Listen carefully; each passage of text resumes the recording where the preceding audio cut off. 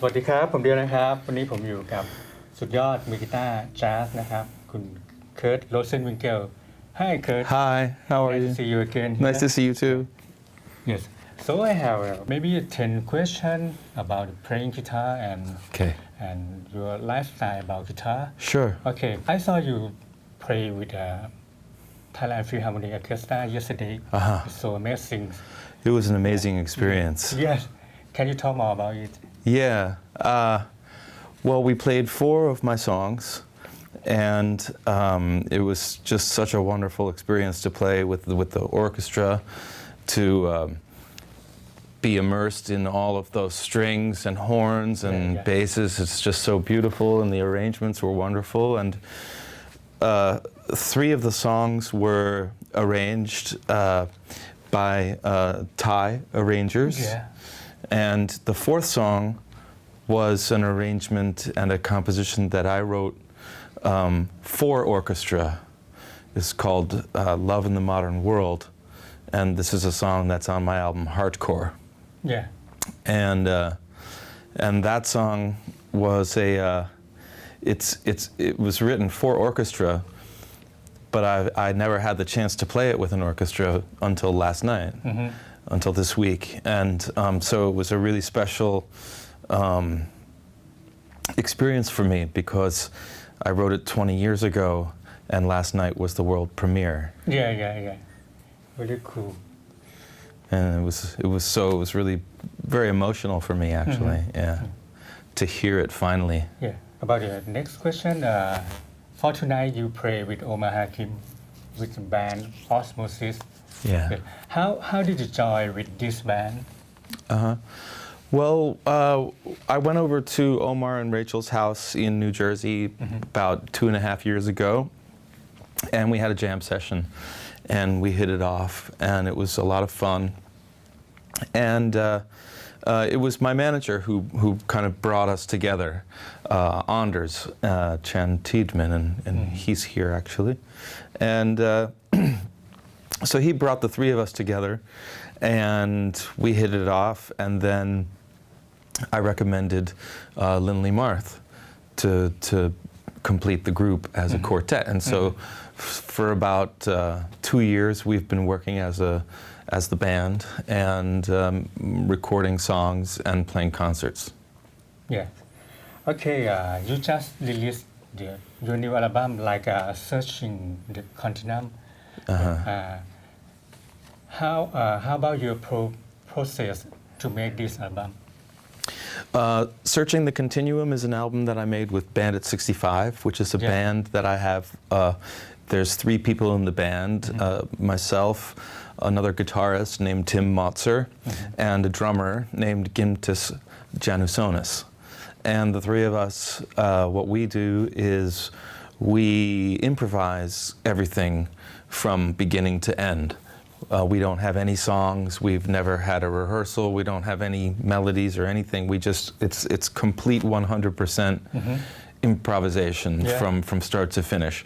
So the reason why we have the band is because we met, and I saw them play, and I really loved how they played. And so Tim lives in Philadelphia, and where I'm from, and so one time I went home for the holidays to my family, and we had a jam session, and we just discovered that as soon as we started to play together, it was like the music was already there, you know? Songs kind of just came fully formed out of our improvisations, and we felt like that was really special. So we formed the band, and we, go on the road, and every night it's completely different, and we started to record all the concerts, and so the album is some special moments from some of those concerts. Yes. So you mix the electronic style in this album. Very cool. Yeah. We use a lot of electronics, a lot of like circuit bent kind of electronics, and all kinds of different sonic landscapes. It's a really cool band for me to be in because the sonic palette is completely open, so I can use any kind of sound. And so, we come to the gigs with like as much as we can bring and just, use lots of different kinds of sounds and explore different sonic landscapes and stuff like that. Yeah, okay. Let's talk about it. And do another album. This one I love it very much.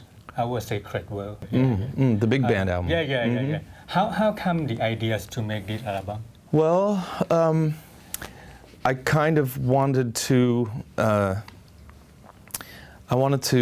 make a trio album, and I wanted to make a quartet album, and I kind of wanted to sort of do sort of a lot of different kinds of albums that would sort of represent my approach in different contexts. So I wanted to do a big band album, and I met the people from OJM band, and they were so amazing that it really made me want to make an album with them. And they made these great arrangements of my songs, and we did a bunch of concerts that were really successful, and I was really happy with them artistically. So we agreed to go in the studio and make that album. Yeah. So you play together. The recording? Yeah. Yeah, it's just performance. Yeah. Wow. Everybody playing. Yeah. It's so amazing. I love your song Siwako. Oh, thank you. Thanks a lot. Can you talk more about it? Siwako, you refer to the name Dr. Siwako? Yeah, it comes from, it was inspired by the movie. Yeah. It's a really cool movie. Yeah, and it's such sort of melancholic landscapes going by, a lot of Russian landscapes going by in the train, and so it in the movie it kind of has this sort of, it's going fast because you're on a train, but the landscape is going slow, and it's kind of bittersweet and melancholic, and so I feel like, and the song is kind of like that too. Okay. It's fast, but it's also kind of a melancholic melody, Beautiful songs. Thank you. Okay, could you talk more about your Caipi? From your own label. Yeah. Hardcore Records. Yeah. I heard you spend more, maybe nearly 10 years to make this album. Yeah. Why? Yeah. I wasn't working the whole 10 years on that album, but yeah, it progressed over a period of 10 years, and I'm very busy, so when I would come home to my house, and I have my studio in the basement, and I go down there and have time, and that would be what I would be working on. Not only, actually, there's another album that I've been working on for 10 years as well. That's not out yet. So I would go down and work on these sort of 2 albums, or actually some other albums too. The way that I work is, when I go down to the studio and I have my own free space and free time, I just allow myself to be creative and follow wherever the intuition goes, and then through that process I discover new concepts and new sounds and new songs. So I kind of discovered the Caipi world in that area, and I discovered other worlds as well that I also am working on when I go down to the studio and be creative. So it's kind of a natural formation that took 10 years to really come out, But it's really complete. Thank you. Caipi, you refer to the like a cocktail from Caipirinha. Yeah. Because in Berlin, Berliners, it's so cold and dark in the winter. Once you go to the Berlin to teach guitar. Yeah, well, I live in Berlin. Yeah, and I was teaching at the Jazz Institute Berlin for 10 years. Yeah. So I was doing that, but Berlin is so cold and it's so dark in the winter months that when the summer comes, everybody's like, sun and drinking caipirinhas, and they call them caipis, So for me, a caipirinha is a caipi, And since I was working on this music and it had all of these Brazilian flavors and feelings and influences, I just was kind of calling it caipi music, And so the name stuck. So that's what it is. And for this album, you have to sing the song by yourself. Yeah. It's very hard. No, it's not hard. I mean, some of it was hard, and some of it I didn't sing myself. Some of the songs other people sing, but if you write a song that has lyrics, then you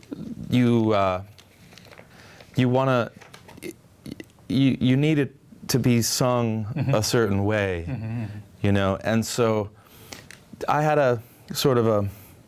I went through a long process with that, which was I was looking for singers to sing the music, to sing the songs, but ultimately I realized that I had to sing a lot of the songs because it was coming from me, and even though I might not be the best singer, I had to sing it because it had the emotion and had the intention behind it, had the right approach for the singing, and actually it's been a really cool process when we started touring the music, because then I was singing every night and developing my instrument as a vocalist. Which was new because I never was doing that before, Although when I started making music as a kid, I was always writing songs and singing them, When I was a teenager, I was writing lyric songs and I was singing. Then I got into jazz and just was playing instrumental music, but also singing along with the playing, So I would sing what I play, and that became part of my sound as a guitarist. So I've always been singing, but I didn't actually sing lyrics until Caipi. But it was always kind of there, but now it's out in the open. And I love it because I'm getting better at singing too, so it's something that's just developing. So you have an MV music video. Oh, the music video. Oh, I didn't know it's that. really so beautiful. Oh, cool. Thank you. Okay, let's talk about the one song you have Eric Clapton to join to play in maybe the Little Dream. Eric Clapton played a solo on Little Dream. Like a blues. Okay. Can you talk more about it? Yeah, sure. Well, Clapton and I have been friends since 2011, I think we met at the Village Vanguard, and we became friends. And he has seen Caipi develop, through all those years. So he was kind of always witnessing the development of Caipi, and he was really supportive of the music. He loved the music, and he helped me start my record label, and he's been a big supporter of mine and a friend. And so when we were in London making the mix of Caipi, I called him up and said, hey, we're in London, if you're around, come through the studio, So he came around and we were hanging out in the studio and having a good time, like listening to the mixes and stuff. And I said, hey, what do you think about just, playing just one note, just one note so that you're on the album, so because he was already such a part of making the album, that just for myself, just knowing that he was there, for all time, And he's like, yeah, no problem. So we went in the studio, he grabbed a guitar and I was like, this one's A minor, and he just jammed out and that was that. It was really a beautiful memento. It was like a memory of our friendship and of his involvement with the development of Caipi and of hardcore. Yeah, and, it's a beautiful thing. Clapton, he used the Strat to play in these songs? No, he used, I think it was a guild, I think it was a guild. Guild. Yeah. Yes, semi guitar? It was a... No? Yeah, it was like a it was very thin, but it was semi-hollow, I think. Yeah. It was just the first one that was around, There was like 100 guitars. Yeah. And he was just like, boom. Yeah. And when you play with Clapton in the Crossroads or maybe so many gigs, what did you learn from him about playing guitar? Oh, well, the soulfulness, and how everything is in the intention in the hand, in the left hand, and when you bend a string, the emotional impact that it can have. Yes, I agree 100%. You know what I mean? Yeah. That's really what gets me, Yeah. Okay, as we know, you start to play piano at 9. Piano, yeah. Yes. Mm-hmm. And then you turn to guitar. Mm-hmm. What is the thing that changed you to play guitar? Rock and roll. Oh yeah, 17. Yeah. 17. Yeah, I was 12 and I was listening to the Beatles and AC/DC and Ozzy Osbourne and Kiss, and so a friend of mine was taking guitar lessons. There was a wonderful guitar teacher in our neighborhood named Bob Zatzman, who was Bob Zatzman. Yeah, he was an amazing person. All of my friends were taking guitar lessons from him, and he was just a beautiful, beautiful guy. One of these people who really, I think, changed a lot of people's lives. For the good, just somebody in the community who was just a really important person for a lot of people, and for us because he was teaching everybody guitar and had this love for life and for music.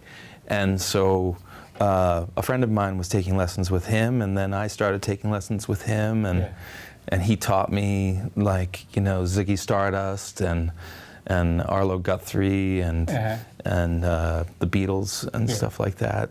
Yeah. And Pop, as you say, you start for rock and roll, and why you change to jazz? What is the main reason? Yeah, and I'd just like to say also that when I started playing guitar, I still played piano, so I was doing both. I still play a lot of piano. Yeah. So I do both. I was heavy into rock and always writing my own songs. And then in Philadelphia, since Philadelphia is such an incredible city for jazz, I started to be exposed to jazz because of Philadelphia and fell in love with jazz. Okay, as we know, you started the very great bebop guy. So could you tell me about how to practice bebop in the good way for the beginners? Yeah, well, I think bebop is it's a language that has a lot to do with sophistication of the lines, of the melodies, Yeah. you know. So, you know, I would just say if you love bebop music, then that means you're listening to bebop music, and if you're listening to bebop music and you're playing an instrument, then it's going to come into your playing, and you could transcribe it. I like to transcribe Charlie Parker, for example, because he just blows my mind, and I can't get enough of hearing that music, and it's incredible when you start to really focus and see what he's doing, or Bud Powell, or there's so many great musicians that you can study. When you really start to understand what they're doing, it's mind-blowing, and you know, you can try to emulate that and try to figure out how to get inside of that world. Yeah. Okay, when you play guitar, you have this strong rhythmic. Could you give me some advice to practice the strong rhythmic? Rhythmic strength, yeah. Well, I would say that, you know, you should play the drums. Yeah. Yeah. Just get on a drum set and feel what it feels like to play drums. Tap, you know, all the time. And then, you know, when you play guitar, like, you know, when you play piano, the rhythm of a note is one thing. It's singular. It's your finger hitting the note. Yeah. When you play drums, it's also one thing. It's the stick hitting the drum or the cymbal. It's a singular motion or mechanic. But the guitar is two things. It's your left hand is doing one thing, and your right hand is doing something completely different. So rhythmically, the guitar has a lot to do with technique. Yeah. Because if you have good technique, then that's going to translate into good rhythm. Because your two hands will be coordinated. Yeah. So that's what I would recommend working on most, is your right hand, left hand coordination. Okay, when the beginner guitarist, when they play the jazz style, when they play the guitar, the sound from them seem like play up and down scale. Yeah. There is no good phrasing. There is phrasing. Right. Could you give me some advice for them? Yeah, you know, I would if you're singing a melody. Yeah. Okay. You know. Same like you when you play. Yeah, if you sing, if your playing is coming from your singing. Yeah. Then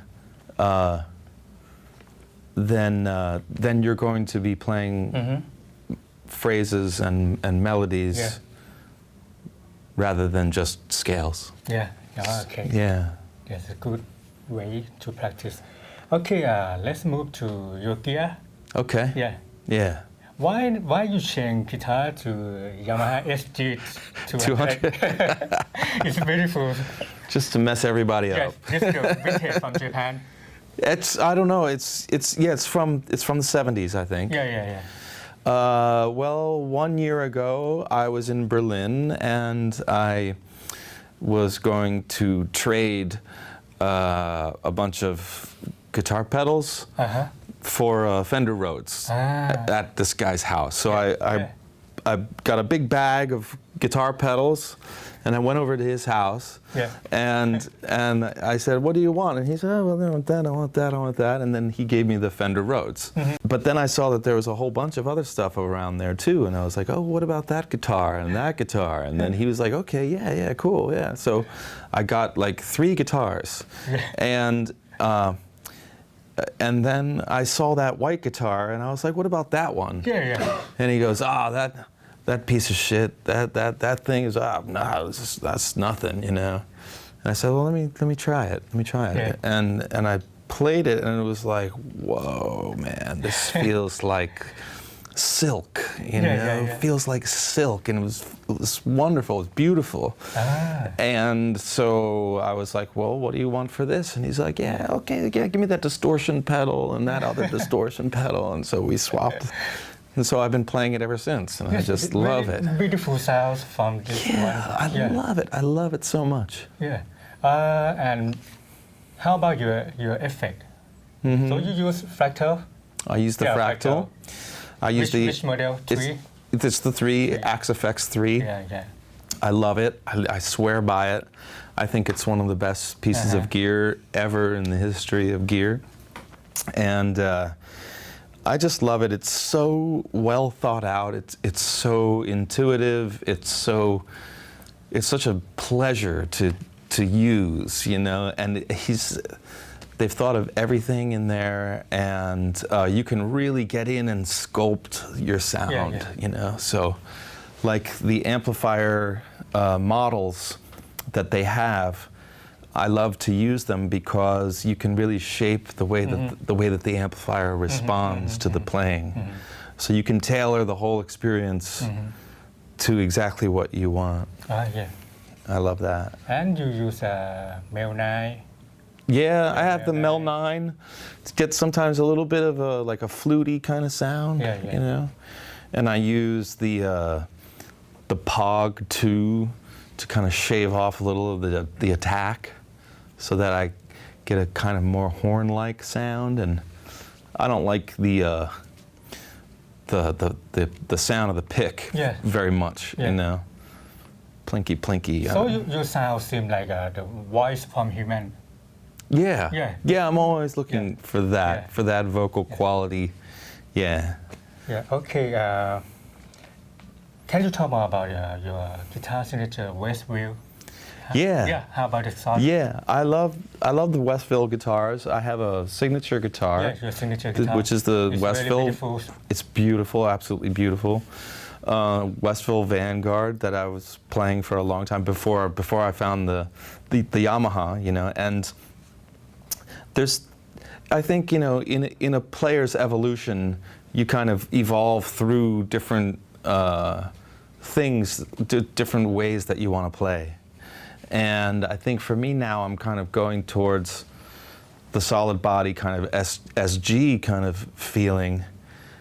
The reason why I like the SG is because since the neck starts at the body,